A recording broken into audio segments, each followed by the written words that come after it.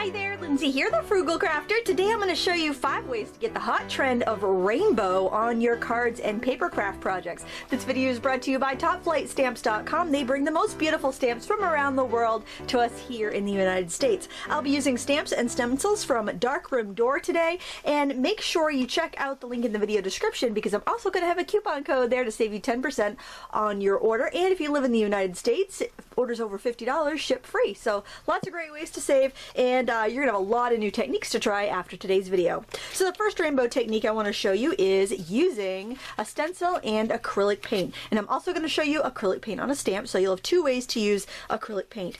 So the first thing I'm going to do is just set this stencil on my black cardstock, and this is actually a card base I'm using, and I'm going to take a makeup sponge here. You can get these at any discount store, and I'm going to start dabbing on color, and I'm going to go in a rainbow order. So I'm starting with red, then I'm going to dip into my orange, and these are just inexpensive craft paints here. You can use whatever you like, whatever you prefer. I'm going to move my stencil over and just try to line up the dots best I can, and I'm going to grab some yellow. Yellow is great because it's nice and opaque.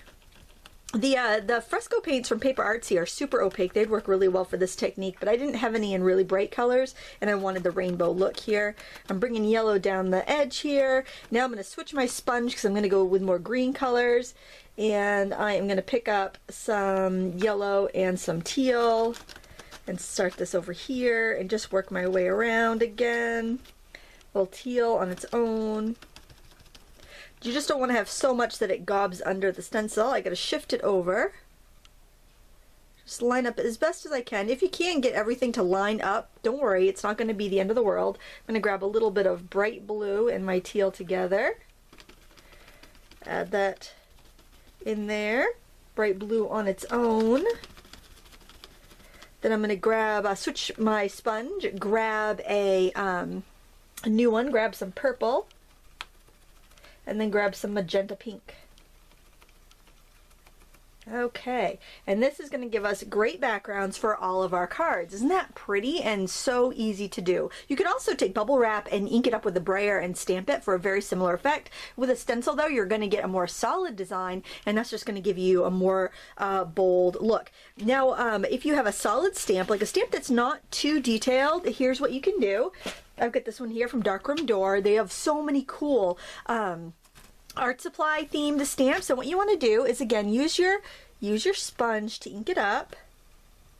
Now you will want to wash this out as soon as you're done because you will end up with, you know, acrylic paint on there, and you don't want it to dry. You definitely want to make sure you clean these stamps well afterwards. And we're inking it up the same way we did before. Getting that nice rainbow effect. Get as much as you can. You might not be able to go through the whole rainbow, but you can get quite a bit. And then we're just going to stamp down on a scrap of white paper. And just try not to wiggle it because sometimes it's a little slippery with the paint. But there, you get a really cool rainbow effect that way too. And that's just using plain old acrylic paint.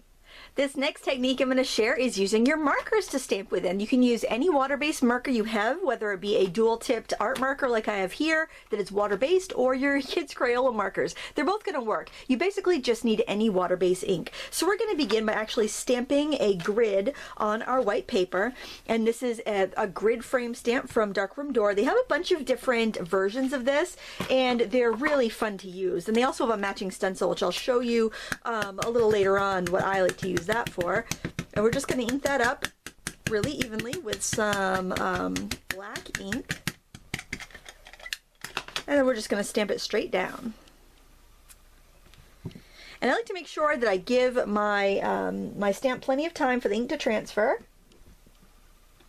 And there we go.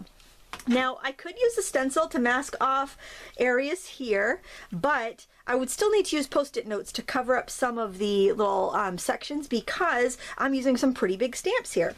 So we're going to start with this version here, and I'm going to show you a different technique in each square, so this video isn't super long, but this first technique is so much fun, and a lot of us have markers, and I always encourage stampers, if they're new, to instead of going out and spending hundreds of dollars on a bunch of different ink pads, buy an inexpensive set of water-based markers, because that can be used as a coloring medium, or it can also be used as a stamping medium, which I'm going to show you here.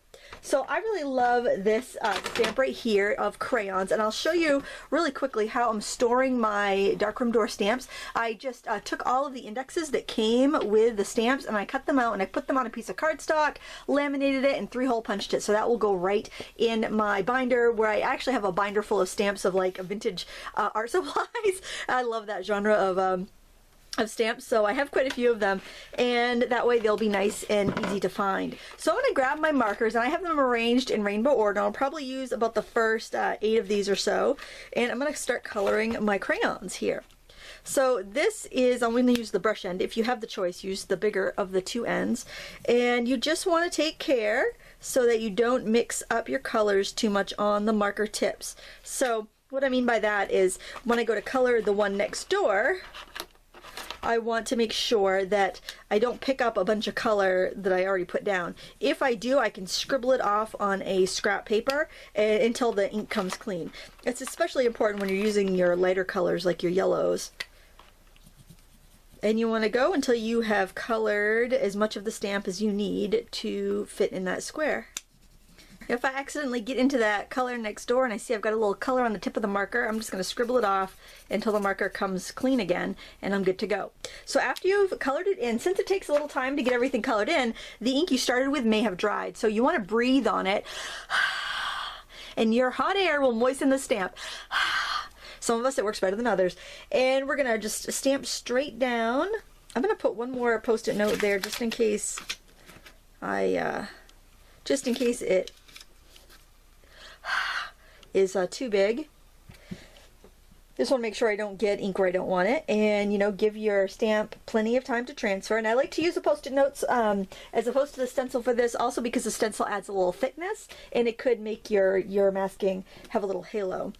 Now, if you don't have, like if your image is feeling a little bit spotty, what you could do is you can go in with a water brush or wet paintbrush and you can kind of drag the ink around.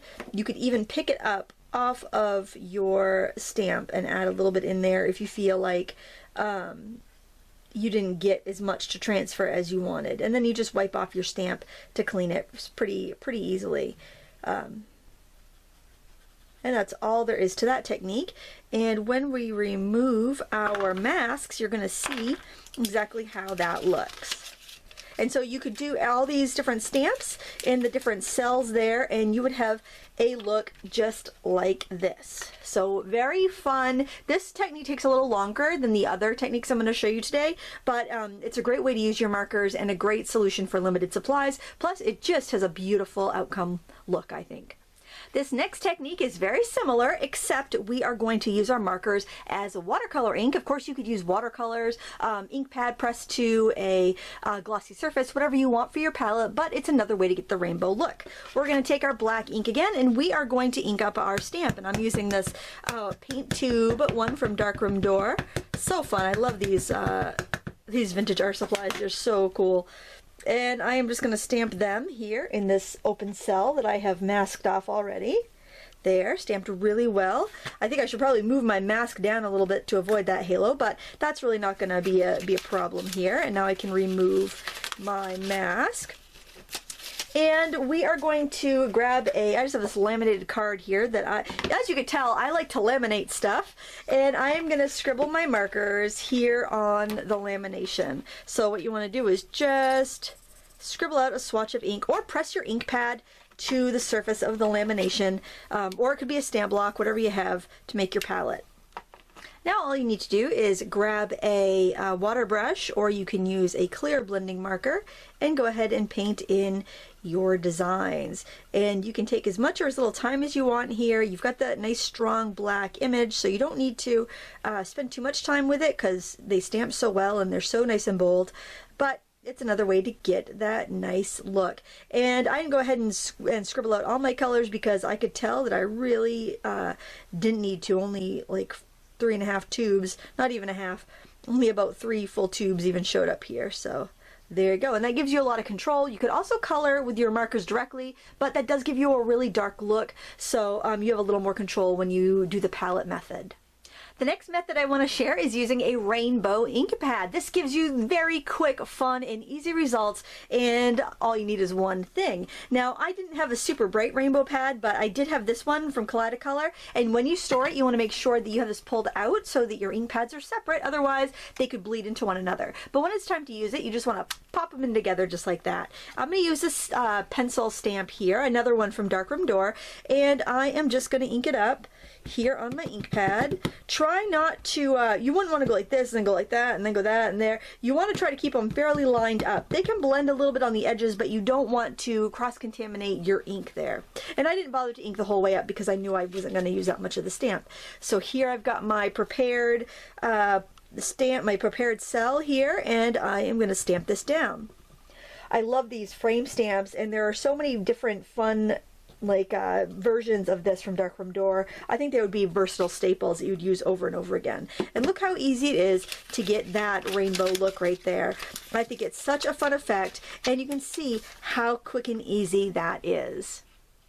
This final rainbow technique is really fun because all you need is 3 mini ink pads, and I'm using these 3 distress ink pads. I'm using a picked raspberry, peacock feathers, and mustard seed. And I like to put my yellow in the middle because you really want to be careful that you don't contaminate this yellow ink pad.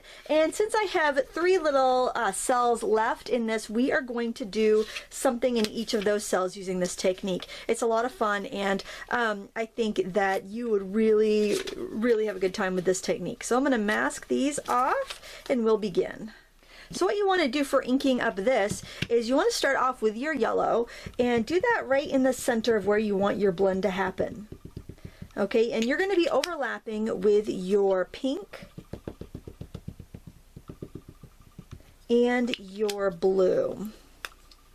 And this will give you a beautiful spectrum of color. I'll have to show you this on a scrap as well, just so that you can see what kind of blend we get. Let me grab this one here. I just want to show you first on this, just so you can see what kind of blend you'll get from this. Look at that. You get so many beautiful, you get a beautiful range here. You get that bright yellow in the center, but as you get the overlapping, the colors blend to give you those new shades. And I didn't go all the way across the stamp because I knew I didn't need it, but I just wanted to show you that so you had a good idea of what to expect. So we're going to grab our, I'm actually going to wipe this off because I still had some extra ink. You do want to kind of wipe it off in between because you don't want to contaminate your yellow ink pad. So in the middle with our mustard seed, then overlapping our pink, and I actually don't need to go so far down the stamp because not that much is going to be shown, and we'll get a little blue in there, and then we're going to stamp that, whoops, just like that. I got my finger in some paint while I was at it. So there we go for that one. Let's mask off the other 2 and try a couple other stamps we haven't used yet. Let's do that same technique with our paint brushes. Let's choose these down here because we have a little bit more of a variety where they're about the same length because this is a small area we're getting into. Just going to do the tips really. I don't need to do the whole thing. And we'll stamp. It's okay if they go like beyond the edge of the cell too. That's pretty. And we will move this here and do maybe the drops. They might be kind of cool. That was the one that I showed you with the acrylic paint. We'll do that one. This might be a big one to fit in there, but we'll give it the old college try, won't we? And let's get a little blue on there. And we'll see how that one works. These are such funky and fun stamps. I feel like I want to stamp it again. I wonder what would happen. Let's try that. Let's experiment. Let's try stamping that again and seeing if we can overlap them and get more drips in there because this is a smaller piece. Let's try that. So we'll do our yellow and our pink and our blue again and see if we can kind of offset them and get some more beautiful colors in there. I think we can do it. Just want to make sure I'm not right on top of the colors. There we go. That's kind of cool. Gives us a little something different. It definitely looks like paint drips. And there we have our little sampler of the different rainbow techniques that we learned today. I think that's a lot of fun, and it's a great way to capture a trend without buying anything new. You probably have one of these things I used today. You can probably do one of these effects, at least one, with the supplies you have on hand. And I think that's really important. Trends come and go, but your basic supplies always stay the same, and you can always build on your knowledge and incorporate new trends without breaking the bank. I have one more technique I want to share today. You want to take that frame stencil and line it up on your image here, or you can individually mask off each of the squares if you want to. And then I'm using a color duster and some gray ink, and I'm just going to shadow in those cells. And this gives you kind of like a vintage look. It gives you almost like the look of a hand-tinted photograph, which I think looks really awesome with these rainbow projects. And it'll also give you a little bit of pop against the white border that you have from the masking that we did. So it just kind of helps bring a little attention to that masking, and it just gives you another layer of awesome in your cards. You can of course take a little more time with this if you want, and you could do this with a sponge if you're really good at sponge blending. I like the brush because I feel like I can't go wrong with a brush. Just going to get that blended, and then when I remove this, you're going to see that we have just a nice little subtle shadow on the inside of our images there. And I did that on the version of the card that I had watercolored with the laminated sheet here. I just thought it gives it a little extra wow, and it's just kind of a nice subtle touch. To see all the supplies that I used today, check out the video description, and you'll see links to our sponsor, topflightstamps.com. Don't forget to check out the coupon code while you're at it so you can save some money on your order. And to finish off these cards, I actually used some sentiments from Visible Image Stamps, and they're also available from topflightstamps.com, but I thought their colorful quotes were just the perfect touch for these cards. Thank you so much for watching. If you enjoyed it, please give it a thumbs up and hit that subscribe button if you're new here. And until next time, happy crafting!